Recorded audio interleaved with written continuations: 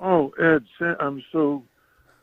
I'm really happy to have you on WBAI Air again. We have been learning things from you since you had a little Peace-Eye bookstore on the Lower East Side where you and Allen Ginsberg staged peace demonstrations, pot demonstrations, and poetry events. It was like one of the places where the new culture was born.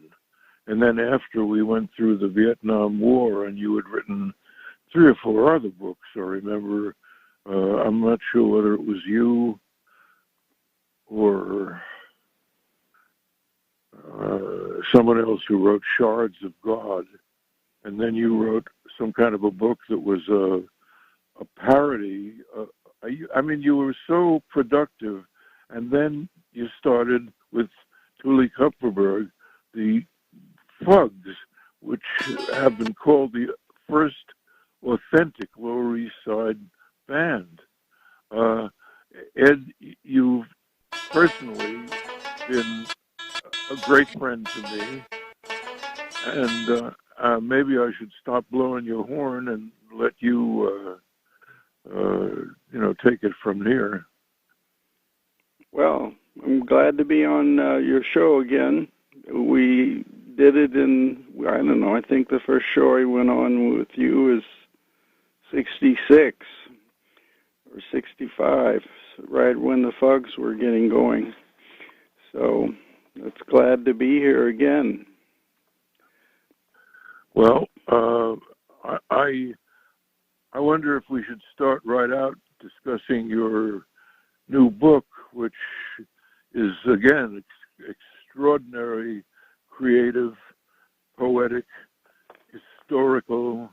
It's like something from the players at Hamlet's the play that Hamlet stages, where he describes himself as poetical, comical, tragical. The book is all those things. It's sad, overwhelmingly sad, and I wish you could say something about what it was to write it and what it was to live through that awful time again, when assassinations were rained down like hailstones in Kansas. I wrote a book on the Manson family in 1970 and 71, and after that came out, I had become friends with some police officers who were homicide and investigators in Los Angeles, and I learned a few things floating around about Robert Kennedy's assassination, and I had by then trained myself to write down everything I heard and to make notes and do files and put it all together. And so I began compiling information. This is over 40 years ago, and I began filling up boxes with information of interviews and stuff I'd heard from private investigator friends and from police officers, and then I located through the Committee to Investigate Assassinations, I got a copy of all the early FBI interview sheets about the Robert Kennedy assassination. Anyway, I compiled box after box, so by now I have... And some things about the King assassination. Yes. I also... They're somehow interconnected. The John Kennedy, Martin Luther King, and Robert Kennedy. Those assassinations are interwoven, and different intelligence agencies may have conducted them, but they are interwoven and interleaved, and they're of the same terrible tragedy that beset American history, because with the assassination of John Kennedy, Martin Luther King, and Robert Kennedy, American history was twisted and contorted and denied its real destiny by these horrible, horrible killings.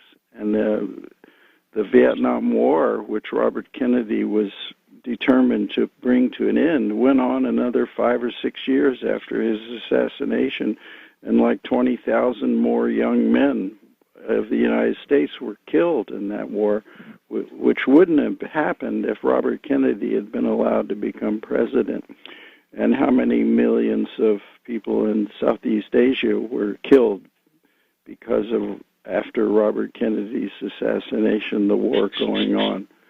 So I wrote a manifesto called Investigative Poetry based on my early researches into Manson. It's because when I wrote my book on the Manson family, I wrote the first draft in line breaks in poetry form, and then I had a typist transcribe it into regular Gutenberg Bible text, but it was written in line breaks. And so A Broken Glory, the final years of Robert F. Kennedy, is written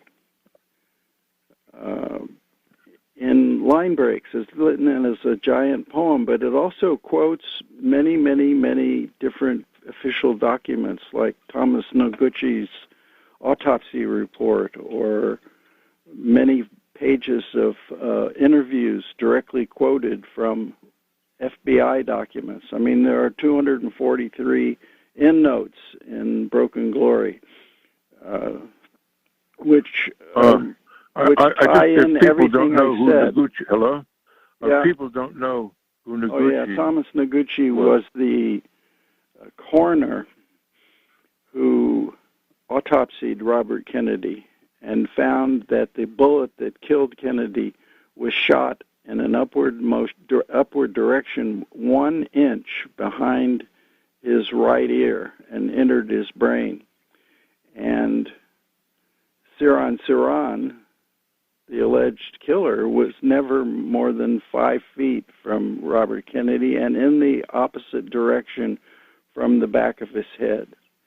So, and there, I present information in my book that Sirhan Sirhan was seen by reputable witnesses in FBI reports to seem to have been firing like a cap pistol or like blanks, and funny smells came out of his revolver and smoke as if he were firing blanks. And the real killers, there are 3 reputable witnesses who saw a second gunman. One witness, who was later a Los Angeles city attorney, told interviewers that he saw a man fire directly behind RFK and shot into him, very near him. And there are 13 witnesses listed in my book that saw the famous woman in a polka dot dress who was coaching Sirhan Sirhan and seen with Sirhan Sirhan in the minutes and seconds before he shot in that terrible kitchen. Sirhan did have a .22 caliber. And the people who said to him when he was going to exit by the usual exit, who said to him, "Come this way, Senator." Yes, what they did, they needed to isolate Robert Kennedy. He had 3 bodyguards. One, Rosie Greer, a tackle for the Los Angeles Rams, and Rayford Johnson, an Olympic decathlon champion, and an ex-FBI agent named Bill Barry. Those were his 3 bodyguards. And he was supposed to go, he gave his speech. He won the Democratic primary in the state. He won all 178 delegates for California. And he had just received a telephone call from Mayor Daley, which seemed to Kennedy to indicate that Daley would throw his power behind RFK's race. Anyway, Kennedy was jubilant. The hotel was packed. This Ambassador Hotel was packed with thousands of people partying and singing and clapping and dancing, and they were overjoyed. So he was supposed to go off stage after he gave his speech along a certain direction. And the 3 bodyguards went in that direction to clear the path and protect him as he left. And after he gave his speech, a person behind him behind the curtain, there was a curtain on the stage, and this voice said, "This way, Mr. Kennedy." And a hand reached out, and he led him out the back, and he was alone without any protection from his bodyguards, and went into the nearby kitchen and was shaking the hands of workers. The workers of the Ambassador Hotel were very pro-Kennedy. You know, they liked what he said, and so they were trying to shake his hand. And then, boom, Sirhan came, led by the woman in the polka dot dress who nudged him and said, "Look, look, look," and pointed at Kennedy coming in through the door. And she said, "Look, look, look." And Sirhan, who had been hypnotized and programmed to shoot, thought he was firing his pistol at round targets in a rifle in a target range, and did not realize he was firing. And the real killer was right behind Kennedy, and in all the confusion fired 3 quick bullets, and one of which entered Kennedy's brain and was the bullet that killed him. Coroner Noguchi, who performed the autopsy, pulled this fatal bullet from Kennedy's brain and labeled it with a certain label. But when the bullet was introduced at the trial, the number had been changed, and it was obviously not the bullet. And my book goes into various tests that were done on the bullets in the Kennedy shooting, and they had been fudged and switched, and there's no way that... Did they ever find the other 2 bullets? Yes, Sirhan's gun held 8 bullets, and so they had to keep down the bullets to 8, but there were 4 people shot besides Kennedy. And there was a bullet in the ceiling and a bullet in a door jamb in the kitchen. And then there was a Polish reporter named Przanski who was covering the primary victory for a paper in Canada. And he had his tape going.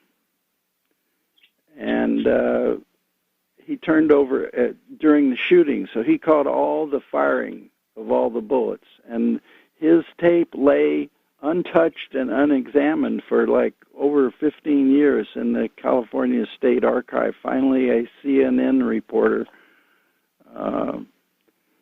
located the tape, and they did digital analysis on it, and they found out that there were 13 shots fired.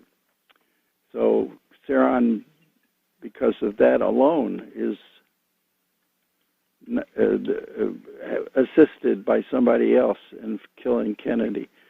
But the 3 witnesses that were dug up, and I cover in my book, 3 witnesses saw another person holding a revolver behind Kennedy, and one of them heard the shot from this second gunman, and that was the one that killed Kennedy. Wow. Ed, that's so much information. I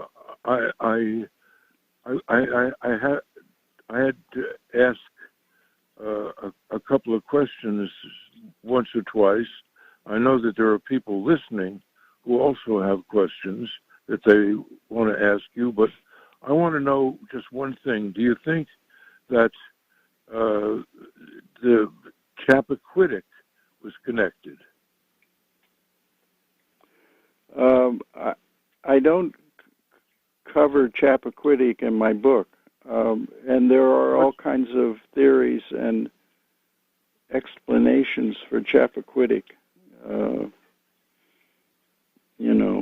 I think E. Howard Hunt went to Chappaquiddick right after the drowning of Mary Jo Kopechne. But for those who don't know, I don't know if there's any connection between any of it and Chappaquiddick. It could, and I hold my opinions in reserve because I don't have the information about Chappaquiddick, and I've never really studied it as possibly connecting to the other assassinations.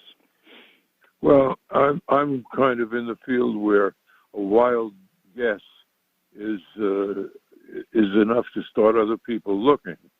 So right. Well, I recommend that people check out Chappaquiddick. Yeah. Well, it is worthy of checking out, and there are a lot of loose ends because Nixon was very interested in Chappaquiddick and sent his investigators there to look into it. And there was, evidence that Nixon's henchmen were trying to make life miserable for Kennedy in the Boston area and in Massachusetts, because they felt that Edward Kennedy was going to run for president in 1972, and polls showed that Edward Kennedy would have beaten Nixon in the second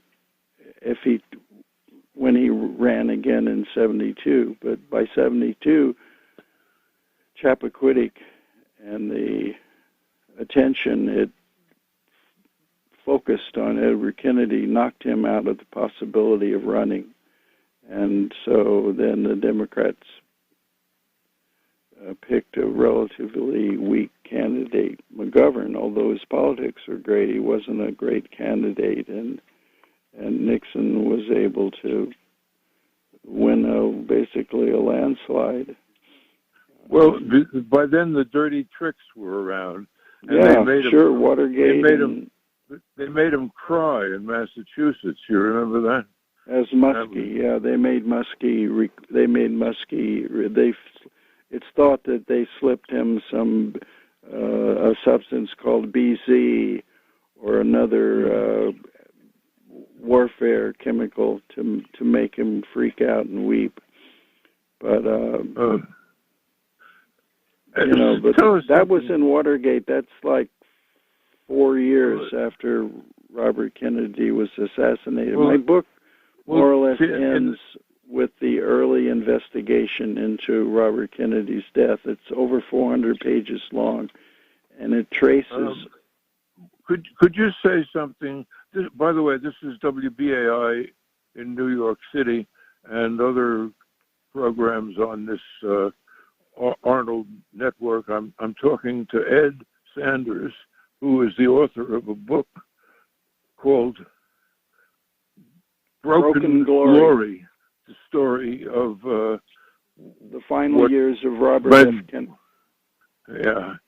I spoke to a 100 Mile Caller today, and he lives not too far from you in Woodstock, and he said when Trump talks about making America great, which America is he thinking of? North America, South America, Central America, Nicaragua, where the American trained police are paid for by our involuntary taxes, but where they're killing hundreds of peacefully demonstrating citizens in this twisted world. Not only do we sell them the guns, but we refuse the refugees who are trying to escape from the hell that Central America is becoming. we stop them at the border and lock up their children. But I would assume to turn them into some kind of robots like the ones you talk about in your book, Ed. Right.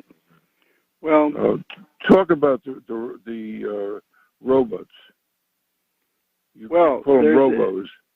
The United States government, beginning in the 40s and up into the early 70s, had a very, very comprehensive program to use drugs, chemicals, and techniques of hypnotism to create couriers, to create assassins that don't remember being assassins, to create people who do Manchurian jobs. Candidates. Manchurian candidates who are programmed not to remember. And part of the deal with Sirhan Sirhan is that he didn't realize for a number of years after the killing of Robert Kennedy that he was not the one who actually killed Robert Kennedy. He thought he was guilty, and then he was shown the ballistics information and the inconsistencies in the crime scene investigation and the cover-up, and he suddenly realized that he was set up and was a patsy. And so in 1972, Richard Nixon fired the head of the CIA, Richard Helms. And Richard Helms was the grandfather and the promoter of all this. I call it robo-washing, creating of programmed assassins, the creating of couriers who don't remember what they're delivering in the way of messages, and they used hospitals, and they used clinics, and they used faculties, and they used professors, and they used doctors, especially in the state of California. But when Helms was fired by Nixon, Helms sent out a directive that all the files, all the filing cabinets, all the dossiers, all the tests, all the research material for this robo-washing and for this programming of assassins was to be destroyed. And much of it was. But enough came out so that there were a series of hearings and public information outbursts given to the public in the beginning in the 1970s and going on through the 1980s on programs such as MK Ultra and other things besides MK Ultra. Many different programs in hundreds of colleges and institutions, particularly in the state of California. So Sirhan was grabbed up by this, and later an attorney, not many years ago, finally got in to hypnotize Sirhan, who's very hypnotizable, and he secured from Sirhan Sirhan for in a court filing the results of 60 hours of hypnotizing Sirhan Sirhan, who's come up and recalled pretty much everything that happened, how he was trapped in a hospital-like prison setting in 1966, and his programming began and continued through 1967 and into 1968 when he was turned loose on Robert Kennedy and fired a .22 caliber pistol generally in his direction in the kitchen of the Ambassador Hotel, while another gunman, an assassin, fired the actual killing shot that killed Kennedy. What can you tell us about Sirhan Sirhan in his, above robot existence? What did he do? Well, he wanted to be a jockey. He was slight of build, and he took a job in 1966 in a couple of horse farms outside of Los Angeles near Corona. And in the fall of 1966, he was doing a training race at a horse farm, and he fell off his horse and injured his head. And that's when they grabbed him up. He was sent to a hospital, and he recalls under hypnosis being taken to a prison-like hospital setting where the programming of him began. And so he also recalls that he had a programmer with a foreign accent. It's believed it was a guy with an Austrian accent, but who started programming him. And Sirhan remembers being a ham radio buff, and he had a ham radio in his room in his family house in Pasadena where he lived. Was he a Muslim? No, he was a Christian. So and his mother was quite religious. His mother was religious, and he himself was not very religious. But he took up ham radio, and he talks about his programmer programming him at nighttime using talking to him over a ham radio setup. And he claims that the diaries where he writes RFK must die came about because of his programmer urging him to write these diaries, these statements in notebooks during ham radio sessions in the weeks and days before the shooting of Robert Kennedy. So he was, in my view, set up and programmed and turned into a robo-washer. And then a second gunman was the one that actually killed Kennedy. And they set it up so that Kennedy was alone. They had to shoot him because if he had left California and he was off to New York City, he would have won the Democratic nomination and would have beaten Nixon very badly in the fall. So they had to get rid of him. And because he made the mistake, in my view, Robert Kennedy, of telling people, close friends, that if he were elected president, he would open up the assassination of John Kennedy and bring those who killed his brother to justice. You know, he should have probably said, look, I support the Warren Commission. Lee Harvey Oswald killed my brother. I accept it totally. But instead, he told people that, first of all, he said there were guns between him and the presidency. And secondly, he told people that when he gets in power, he will reinvestigate and bring to justice the killers of his brother.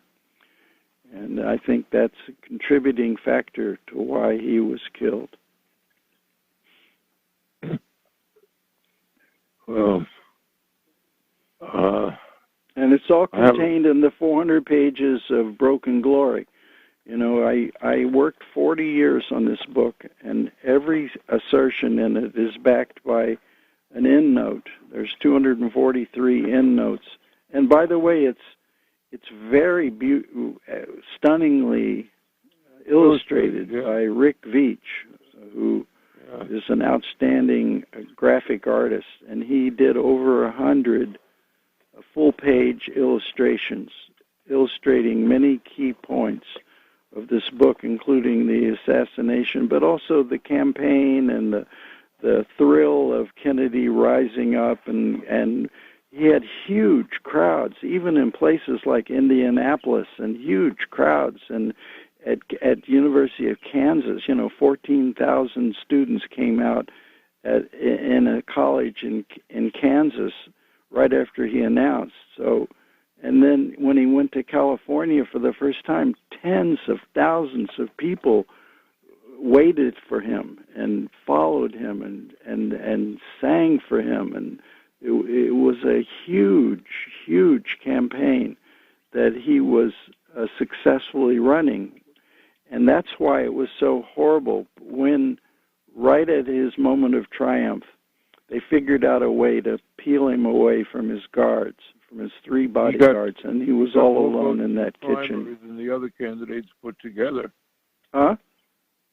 And that was a signal that he had the nomination. Daley. Yeah, Daley called. Daley had, it's a long story told in my book, but Daley had tried to get Robert Kennedy not to run. You should say who Daley was. Mayor Daley was the dictatorial mayor of Chicago, and he was a Democratic candidate. He was a Democrat, but he was a firm, fierce, semi-dictator in the city of Chicago. But he wielded a tremendous amount of power in the Democratic Party. And he tried to get Robert Kennedy not to run and not to oppose Lyndon Johnson. But Kennedy decided that he would oppose Lyndon Johnson. And so he rose up and he won a bunch of primaries. And when it became clear that he had won in California for 178 delegates, Daley, just before Kennedy went down to give his acceptance speech, called him and congratulated him. And Kennedy looked at his staff, and they all nodded at each other, realizing that this meant, with Daley's support, with the party boss's main supporter, with his support, that RFK would have been the nominee in Chicago. So that then he went down, he spoke to John Lewis, the hero, the civil rights hero, now a congressman, but then just a civil rights hero. And he said, John Lewis, just before Kennedy went down to give his speech in the ballroom, he said Kennedy looked as happy as he ever had seen him. And he was overjoyed and smiling and relaxed. And that's when they got him. The way you feel when you're tired and you've worked really hard and it's turned out okay. Right. When you're so tired that you sleep between chairs, it was yes, sleep between chairs. And he had gone through an exhausting campaign in California. I mean, he could barely finish his final speech the night before.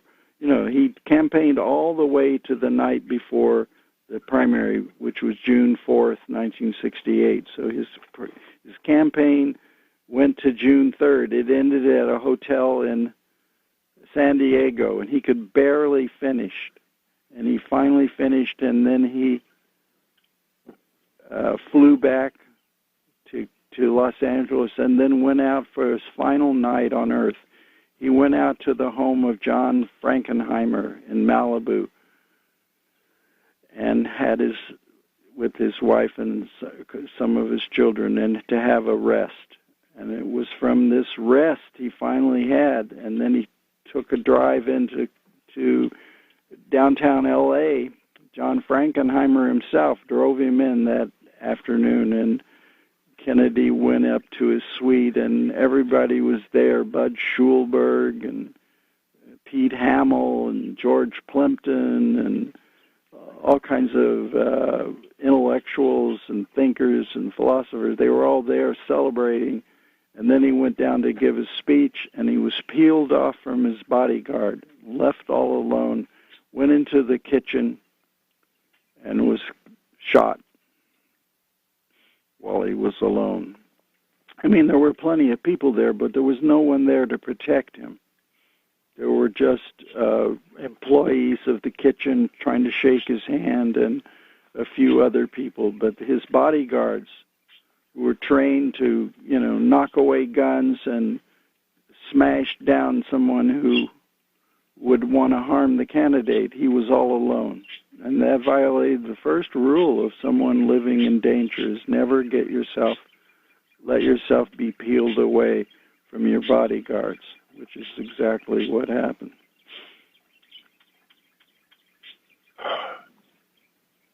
Oh, Ed, you really breaks my heart the way you talk about this, because it was, it seemed almost unstoppable. His brother's assassination had gone down the memory hole. Maybe we should take some Premagen or something that's derived from jellyfish and help our memory. But these facts that are revealed in this poetic book of yours, they're all things that I remember. Well, for the most part, they're all things I remember noticing at the time. But like it was as though people, for the most part, just like read the headlines and went on to their "I don't care" jackets. Like the president's wife, who had the miserable, selfish audacity to go down there and try to get attention away, to get a This is all like a subterfuge to take the attention away from the Mueller probe, which they're deep sixing now, because children pull at everyone's heartstrings, and someone did a Facebook fundraiser for these children who were being locked up in cages. Did you see? They raised over $5 million in like 24 hours or something, because that the politician kissing the baby is like it's like the crow on the cradle. It's just a fact of our existence, man. Right. And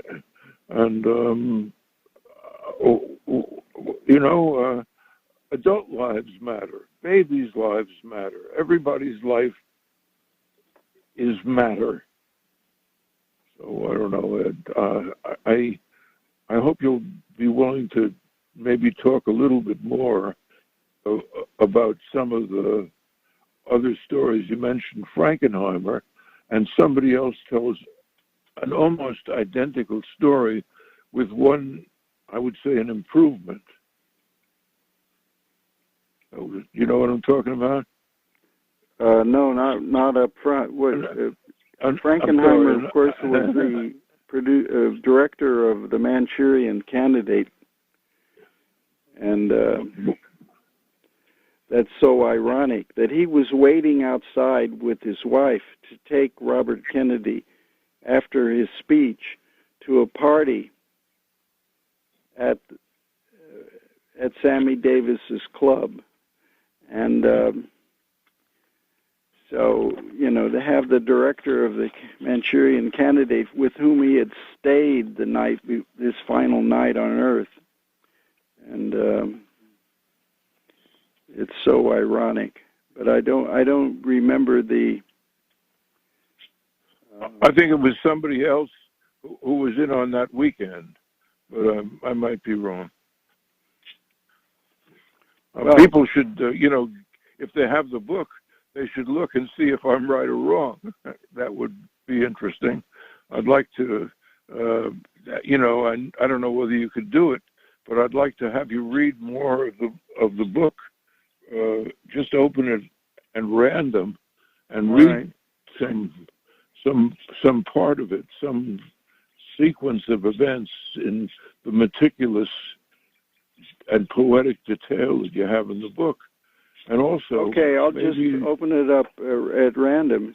I'm opening up. Robert Kennedy is delivering his final speech, and he congratulates Don Drysdale for a no-hit shutout that he had just pitched. And he thanks all the union supporters, and he thanks the Latinos and the blacks who had supported him, and he thanks a whole bunch of politicians and friends, and he is escorted to the stage by Doris Huerta, of the Farm Workers Union. So during his speech, Sirhan was taken. They brought Sirhan close. I guess they thought they wanted Sirhan to try to shoot at Kennedy when he came off the stage. So he was taken by the polka-dotted dress woman to an anteroom near the stage where RFK was speaking. A professor named Dr. Daniel Brown wrote a report after 60 hours of hypnotizing Sirhan Sirhan, stated that Sirhan was led to a room off the stage while Kennedy was giving his 10-minute victory speech. Quote, the woman in the polka-dotted dress then took Sirhan by the hand and led him to the anteroom behind the stage where Senator Kennedy was speaking. There they found some coffee, and then Sirhan begins to feel attracted to her. Quote, it was my job to woo her. And then all of a sudden, in the anteroom behind the stage, quote, they are interrupted by an official with a suit and clipboard. The official tells them that they cannot stay in the anteroom for security reasons. And the official then tells the girl in the polka-dotted dress to take Sirhan Sirhan into the kitchen. So,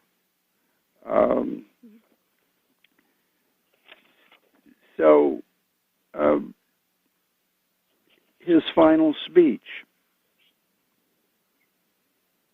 he thanked his wife Ethel, thanked Rosie Greer, Rayford Johnson to great applause, and thanked the great support of black voters and the support of unions, especially thanking the United Auto Workers. He congratulated McCarthy. He pointed out that the, quote, country wants to move in a different direction.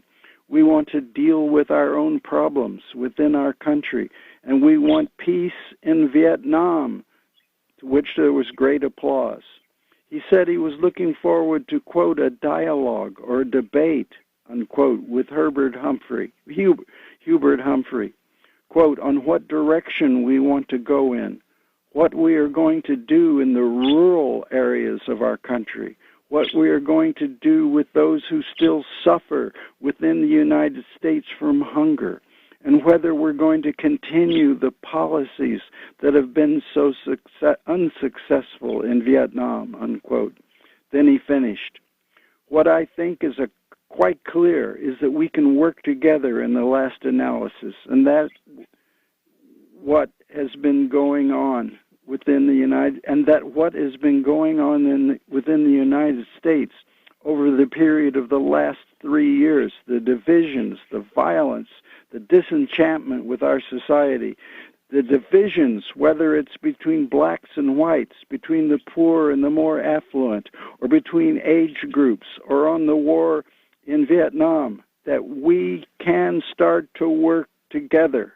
We are a great country, an unselfish country, a compassionate country, and I intend to make that my basis for running.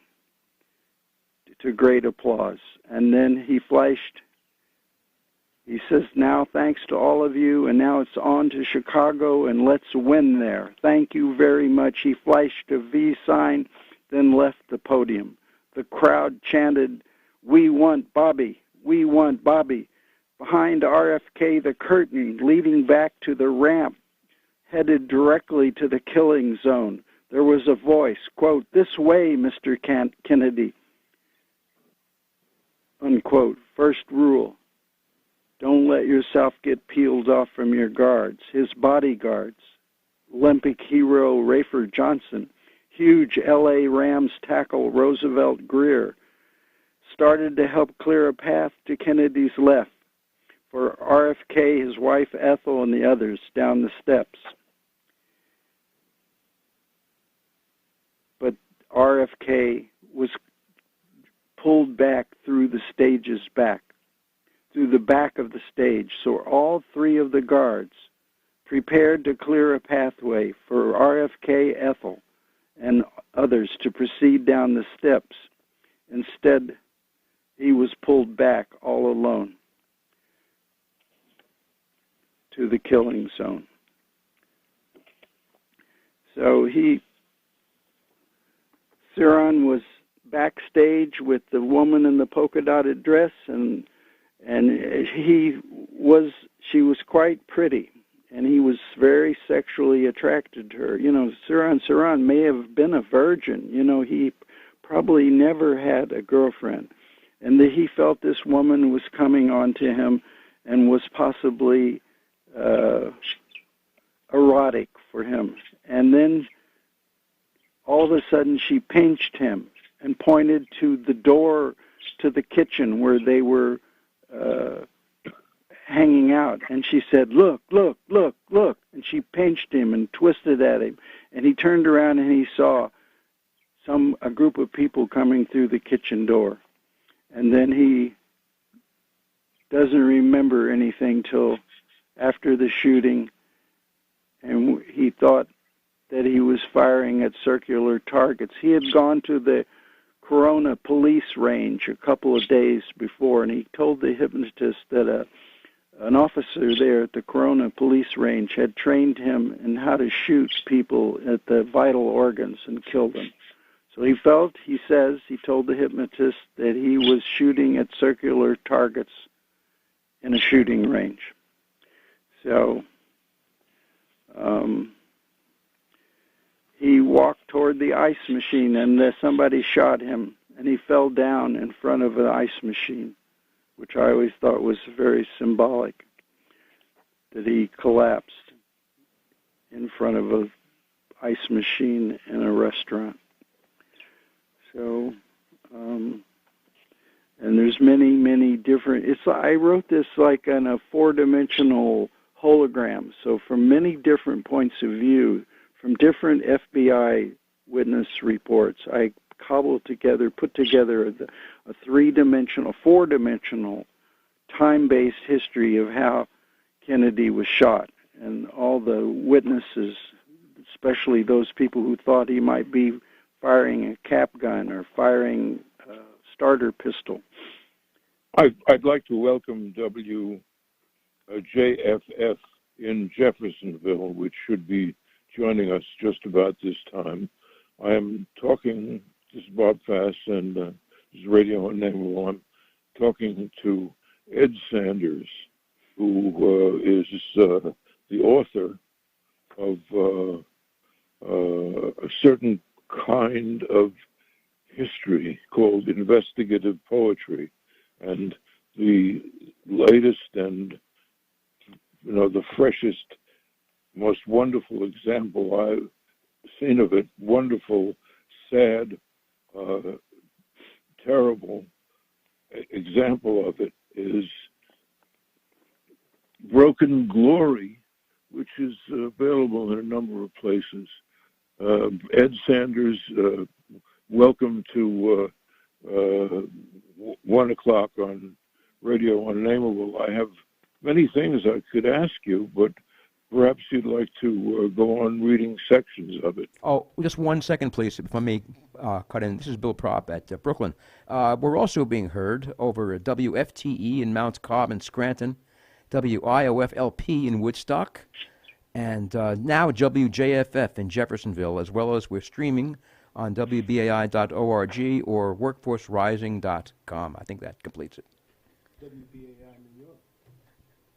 So, Ed. He said that. Well, there was a remarkable incident as Kennedy lay shot. a kitchen worker named Juan Romero. He was 17, and he was a great admirer of Kennedy. And he wanted to shake Kennedy's hand after Kennedy's speech. Romero told the FBI, "I knew he was about to leave the embassy room and that he would pass through the hallway near the kitchen. I had shaken hands with Senator Kennedy on 2 previous occasions. I took a position in the hallway just in front of the opening that leads to the kitchen. There were approximately 10 to 20 people in the hallway. Senator Kennedy came through the door accompanied by approximately 5 men. He seemed to recognize me. I was smiling, and Senator Kennedy was smiling. He held out his hand, and I shook it. Senator Kennedy kept walking for approximately 1 or 2 steps.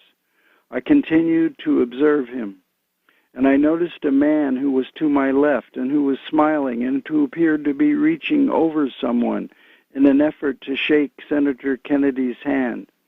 At about the same time, I heard gunfire, and I noticed that this individual was holding a gun in his hand, and the gun was approximately 1 yard from Senator Kennedy's head. I observed Senator Kennedy placing his hands to his face, and he staggered backward a few steps and slumped to the floor. I immediately turned my attention completely to Senator Kennedy. I knelt on the floor at Senator Kennedy's left side, and I placed my right hand under his head and slightly lifted his head. At this time, I felt blood in my right hand. I said, "Come on, Mr. Kennedy, you can make it." His lips moved, and he seemed to say, "Is everybody all right?" I heard someone say, "Throw that gum away, Mr. Kennedy." I noticed he was chewing gum, and I started to reach for his gum, but I did not, as I did not want to put my fingers in his mouth. By then, Ethel had rushed to the scene and pushed Juan Romero away. Romero asked if he could give Bobby his rosary beads. Romero told the FBI, "I pressed them into his hand, but they wouldn't stay. So I tried wrapping them around his thumb when they were wheeling him away. I saw the rosary beads still hanging off his hand." And thus passed from in broken glory, in a field of broken glory, Robert Francis Kennedy. And Broken Glory is from Phil Oak's song, Crucifixion. The lines, "Time takes her toll, and the memory fades, but his glory is broken in the magic that he made." Time takes her toll, and the memory fades, but his glory is broken in the magic that he made. That's Phil Oak's Crucifixion. And Phil Oakes visited Robert Kennedy right around the time he was deciding to run for president. And in Kennedy's office in D.C., Phil Oakes sang Crucifixion, which Robert Kennedy realized was about his brother.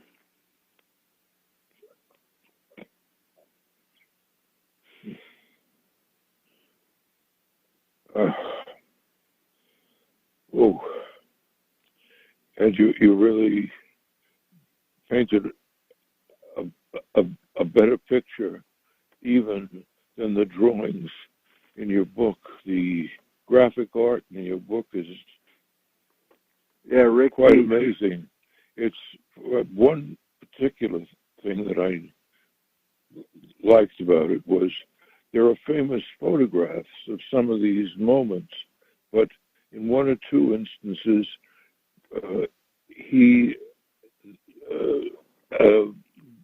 Deutsch is his name. Rick Deutsch, famous comic book artist. He depicts the moment after the decisive moment that was widely circulated. So right after they shot in Vietnam.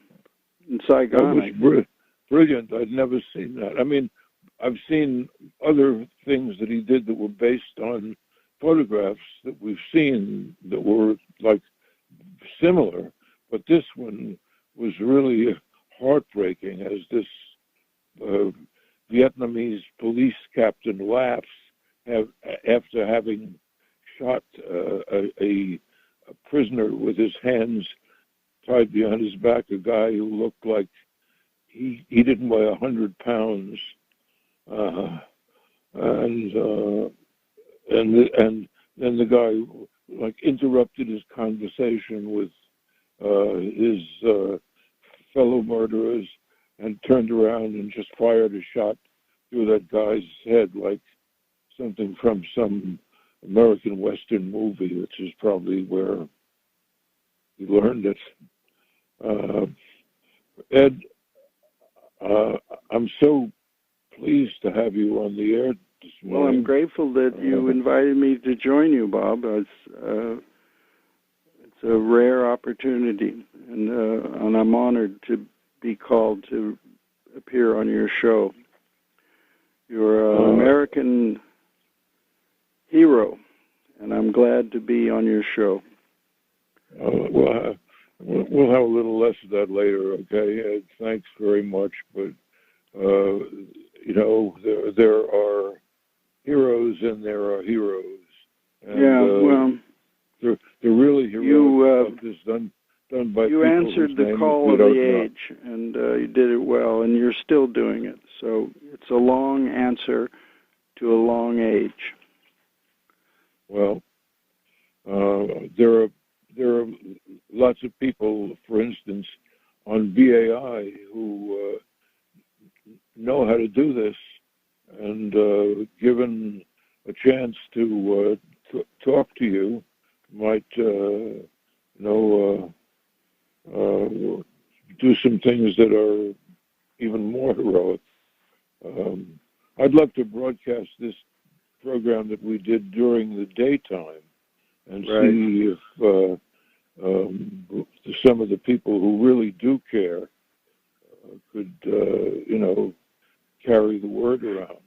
But this is something, again, that happened 40, 50 years ago, right? Yep, this is just past the 50th anniversary. Right. They were just out now burying the anniversary without any of this, without any of the alternative view. So what a station like WBAI does is keep the issues alive, which is the name of a song you wrote. Right. On a Fugs album. Right. You're like Frank Zappa. You're not just a brilliant artist, musician, or poet, but you're also a master of prose and are tired of the pretense that goes into this 1984 society that they're building. I'm going to shut up, Ed, and maybe let you read a little more. This has been exhausting for me to read this. I've never read this stuff like this before, and it's very emotionally draining to me because I came over the course of the decades really to admire Robert Kennedy. I know he had an employment with Joseph McCarthy in the 50s, and I realize that. But if we don't allow people the opportunity to change, then we're twisting in the wind. And he changed, and there would have been a national health care system by now, I'm sure, if Robert Kennedy had been president, and things like a guaranteed income, and there would have been greater peace between the strata of society, and much, much, much, much, much less warfare and less aggression on the part of the United States. Even the U.S., in my view, is a great country and a wonderful country, but it has allowed its military to take over too much. Maybe there are some other callers. I hope you can hang on just a little bit longer and talk to some people who might be calling in. Bill? Well, I can stay a little bit longer. I've got to. Okay, Bill, you want to give the telephone numbers that people can call? I'd certainly love to. The problem is, though, we have two lines. You are on one line and Ed is on the other line. Yeah, so look, let's not take calls. I'll get off. No, that's all right. No. I'm pretty well wiped out from having read that section of my book, and I'm very I'm grateful to have been allowed to be on your show, but I'm kind of I've never read those sections before, and I'm a little bit scorched. But and I don't know. I've said about what I can say about my book. It tells the story in 4 dimensions, space-time tale, like a hologram of what happened to Robert Kennedy.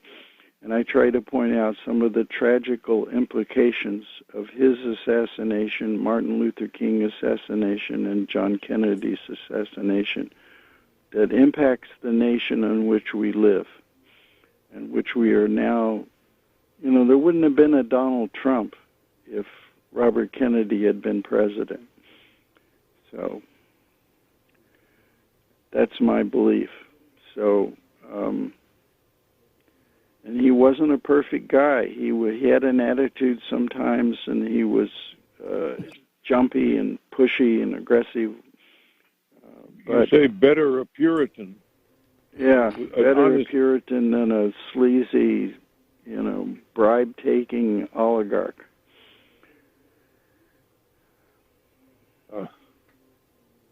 Well, Ed, thank you very much. I wish I could. Yes, I'm glad to have been on your show. Give you a moment or two to catch your breath, or take a walk around out in the starry universe and talk to Aeschylus and come back in. What do you say? Charles Olson would probably give you some courage. Yeah, well, he was a mentor of mine, and I think about Charles Olson all the time. He said a writer should be like Herodotus and try to find out for himself or herself the real facts of an historical event, and that's what I've tried to do, was to find out the real facts and the real history and the real vibrancy and the real life of Robert Kennedy and what happens to him. So, anyway, thank you for the opportunity to talk about extending yourself. It's good to hear you, Ed. I know when you live in the country, you're a morning person. All right. See you later. Poets like the first rays of the sun, and God knows they're beautiful, and the birds are beautiful. And your wife, Miriam, I know, has a series of articles that she published in the Woodstock Times about the birds, the descendants of the dinosaurs who have seen it all. She's preparing a book of nature essays based on her wonderful essays in the Woodstock Journal a few years ago. So that'll be out later next year, probably. So we're designing it now, and she's getting it ready for publication. So... Thank you. But I have a bunch of animals I got to put to bed. And so I'm a country boy, and I've got to deal with all my animals here. What are they, if I may ask? Well, they're various birds mainly, but also there's just a bunch of them.